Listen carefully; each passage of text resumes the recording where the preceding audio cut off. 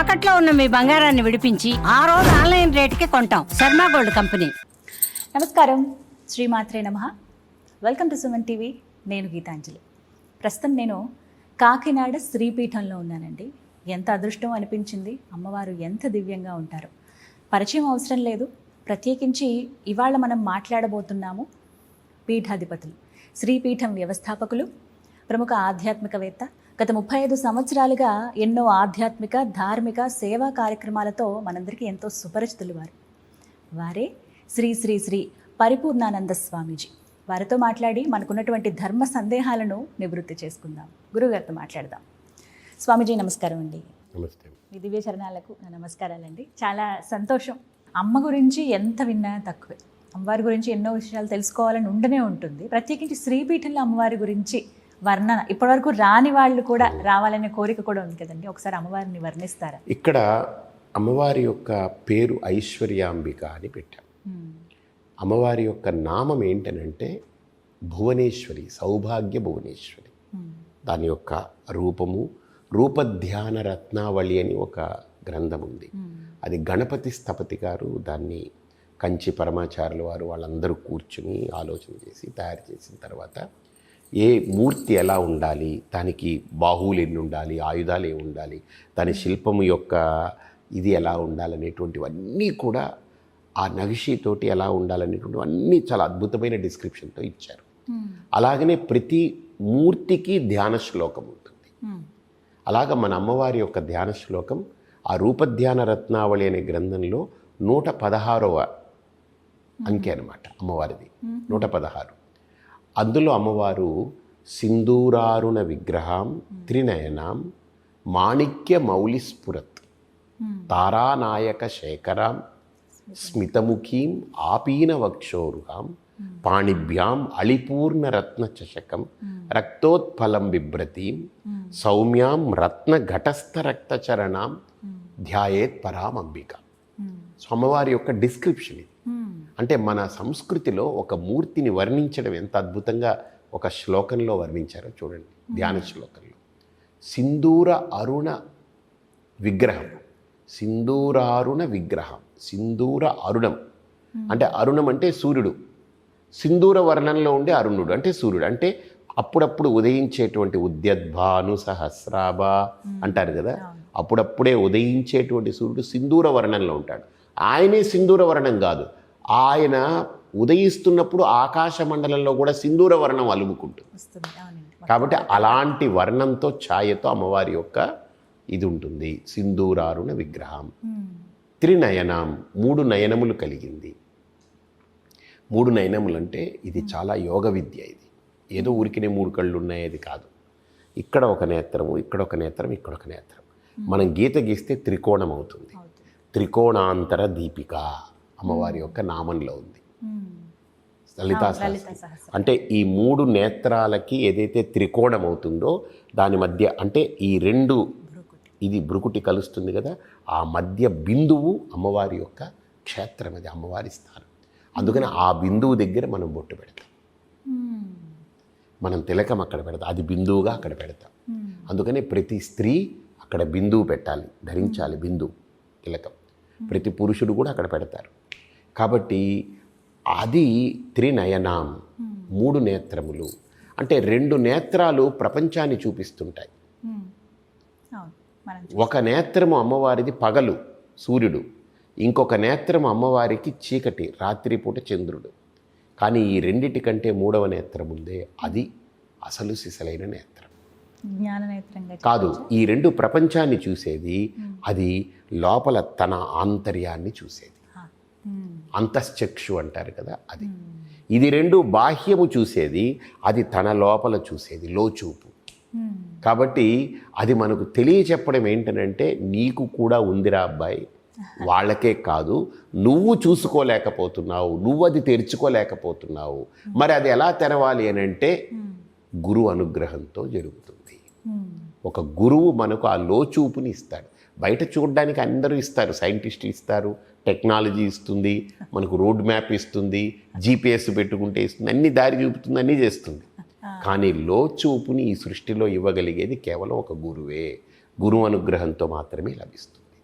కాబట్టి ఆ 3 నయనాలన్నమాట. త్రినయనాం మాణిక్యమౌళి స్ఫురత్ అంటే అమ్మవారి యొక్క కిరీటం అంతా కూడా మాణిక్యాలతో రత్నాలతో అద్భుతంగా పొదిగి ఉన్నటువంటిది. అంటే అర్థం ఏంటంటే ఈ సృష్టిలో లోపల లోపల లోపల దాగున్నటువంటి సకల రత్న గర్భము కూడా ఆవిడ శిరస్సుకి శిరోధార్యమై అది ప్రకాశిస్తూ ఉన్నాయన్నమాట. మనకు మాణిక్యాలు కావాలంటే భూమిలో వెతకాలి, కానీ అమ్మ ఆవిడని ఆశ్రయించి అమ్మవారి నెత్తి మీద కూర్చుని అవి ప్రకాశిస్తున్నాయి అమ్మవారి యొక్క శక్తితో. అక్కడేంటి తారానాయక శేఖరం, అక్కడ ఒక చంద్రుడు ఎలా ఉన్నాడంటే అష్టమి చంద్ర విభ్రాజ దళిక స్థల శోభిత అంటే అష్టమి నాటి చంద్రుడు అమ్మవారు ధరించింది. ఎందుకు అష్టమి నాటి చంద్రుడిని పెట్టాలంటే దీంట్లో విశేషం ఉంది.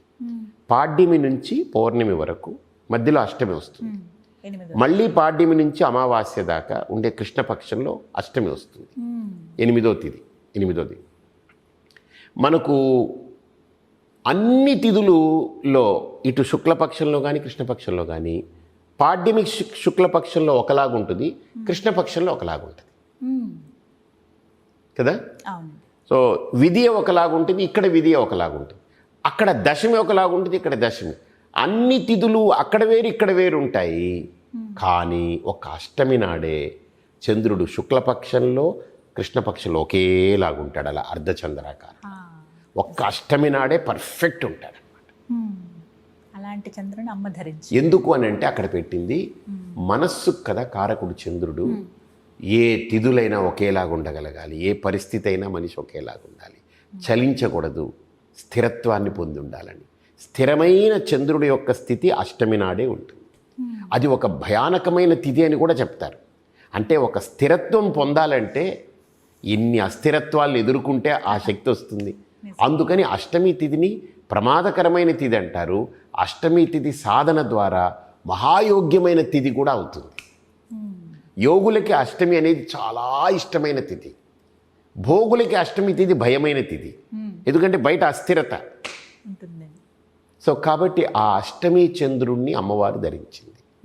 సో తారానాయక శేఖరాం స్మితముఖీం, అమ్మవారి యొక్క స్మితవదనం అంటే ఎలా ఉంటుందని అంటే పరమతృప్తిగా ఉన్నటువంటి వ్యక్తి, చాలా లోపల ఎంతో సంతృప్తిగా ఉన్న వ్యక్తి యొక్క ముఖం ఎలా ఉంటుంది, హాయిగా ఉంటుంది. ఒక లేతగా, ఒక హాయిగా, ఒక తేటగా ఉంటుంది కదా, అలా ఉంటుంది అమ్మవారు. స్మితముఖి ఆపీన వక్షోరుహాం, అమ్మవారి యొక్క వక్షోజాలం ఎలా ఉంటుందని అంటే ఈ సృష్టిలో తన బిడ్డలంతా తాగిన పాలు, అంటే తన బిడ్డలకి తన సంపద మొత్తం ఇచ్చిన ఇంకా సర్వసమర్థతతో కూడుకున్న సంపన్నురాలు అమ్మవారు. అంటే ఈ సృష్టి అంతా ఆవిడ పంచినా ఏం తరగదు. పాణిభ్యాం అలిపూర్ణ రత్న చషకం రక్తోత్పలం బిభ్రతి, కుడి చేతులు అమ్మవారిది రత్న చషకం, అన్ని రత్నాలు మొత్తం అంత సంపద అంతా అందులో పెట్టి పొదిగి రత్నం పట్టుకుంది. ఇంకో చేతిలో రక్తోత్పలం అంటే ఎర్రని కలువ ఉంటుందని. అంటే ఏంటనంటే కలువ పువ్వు జ్ఞానానికి సంకేతం, ఇదేమో ఐశ్వర్యం. అంటే అమ్మని ఆశ్రయిస్తే ఇటు ఐశ్వర్యము సిద్ధిస్తుంది, ఇటు మోక్షము సిద్ధిస్తుంది. అమ్మవారి యొక్క వర్ణన, అమ్మవారి యొక్క రూప ధ్యాన రత్నావళిలో అమ్మవారి గురించి అలా వర్ణించారనమాట. ఆ వర్ణనకు తగ్గట్టుగా అమ్మవారి ఇక్కడ కొలువు తీరుంది. అంటే ఎక్కడ అమ్మవారి దగ్గరికి వెళ్ళినా ఏదో ఒక దాంతో వెళ్తాం, ఇక్కడికి వచ్చి ఏది కోరుకోక్కర్లా. ఐశ్వర్యము ఆవిడే, జ్ఞానము ఆవిడే. సో ఇప్పుడు ఎవరి దగ్గరైనా జ్ఞానం ఉన్నా ఐశ్వర్యం ఉన్నా వాళ్ళు ఎలా ఉంటారు చూడడానికి తెలిసిపోతారు కదా. ఐశ్వర్యము సంపన్నమైనటువంటి వ్యక్తి యొక్క ముఖంలో ఒక రూపము, సంపద ఉండి ఐశ్వర్యం ఉన్నవాళ్ళు, అలాగే జ్ఞానం ఉన్నవాళ్ళు కనబడిపోతారు కదా, తెలుస్తుంది. సో విద్వత్తు జ్ఞానము అది ఉన్న వాళ్ళకి తెలుసు. అంటే అవి రెండు ఉంటే సౌందర్యం ఉంటుంది. అందుకని ఐశ్వర్యము ఇటు జ్ఞానము రెండు ఇచ్చే ఆ తల్లికి శివుడు సుందరేశ్వరుడు, సుందరంగా ఉంటాడు ఆయన. సో అందుకని ఐశ్వర్యాంబిక సుందరేశ్వర స్వామిని పెట్టారన్నమాట. గణపతి కుమారస్వామి అటేమో ఇష్టసిద్ధి గణపతి, అటు కష్టహర కార్తికేయుడు. అంటే మనకు ఏదైనా రెండే ఉంటాయి. మనకు అక్కర్లేనిది మనకు రాకూడదు అనుకుంటాము, అవసరమైంది కావాలనుకుంటాం. కానీ ప్రాబ్లం ఏంటంటే అవసరమైనది రాకుండా ఉంటుంది, అక్కర్లేనిది వచ్చి పడుతూ ఉంటుంది. అందుకని ఈ రెండింటిని కరెక్ట్గా ఉంచడానికి వాళ్ళిద్దరిని అక్కడ అమ్మవారికి అటు ఇటు ఉంచి వాళ్ళకి నిత్య నిరంతరం అర్చన చేస్తూ ఎవరు వెళ్ళినా ఇష్టసిద్ధి జరగడానికి గణపతి, కష్టాలు హరించడానికి కార్తికేయ స్వామి, అలాగనే ఐశ్వర్యము జ్ఞానముతో మహా సౌందర్యంతో శాంతితో హాయిగా జీవితాన్ని గడపడానికి వాళ్ళు.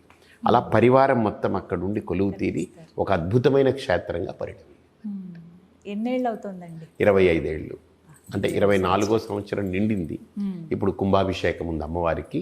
ఈ రాబోయే మాఘమాసంలో అమ్మవారికి 12 ఏళ్లకు ఒకసారి చెయ్యాలి. కానీ 12 ఏళ్ల సమయంలో మా గురువు గారికి ఆరోగ్యం బాగలేక వారు వస్తారనుకుని పోస్ట్పోన్ అయింది. మళ్ళీ 24 ఏళ్ళకి చేస్తున్నాం. చాలా పెద్ద ఎత్తున అమ్మవారికి చెయ్యాలని మళ్ళీ మాఘమాసంలో ఇంకా మాఘంలో చేయబోతున్నాం అమ్మవారికి కుంభాభిషేకం. మీ అమూల్యమైన సమయాన్ని కేటాయించి ఎన్నో ముఖ్యమైన విషయాలు తెలియజేశారు. మా సందేహాలన్నీ కూడా నివృత్తి చేశారు గురువుగారు. ధన్యవాదాలండి.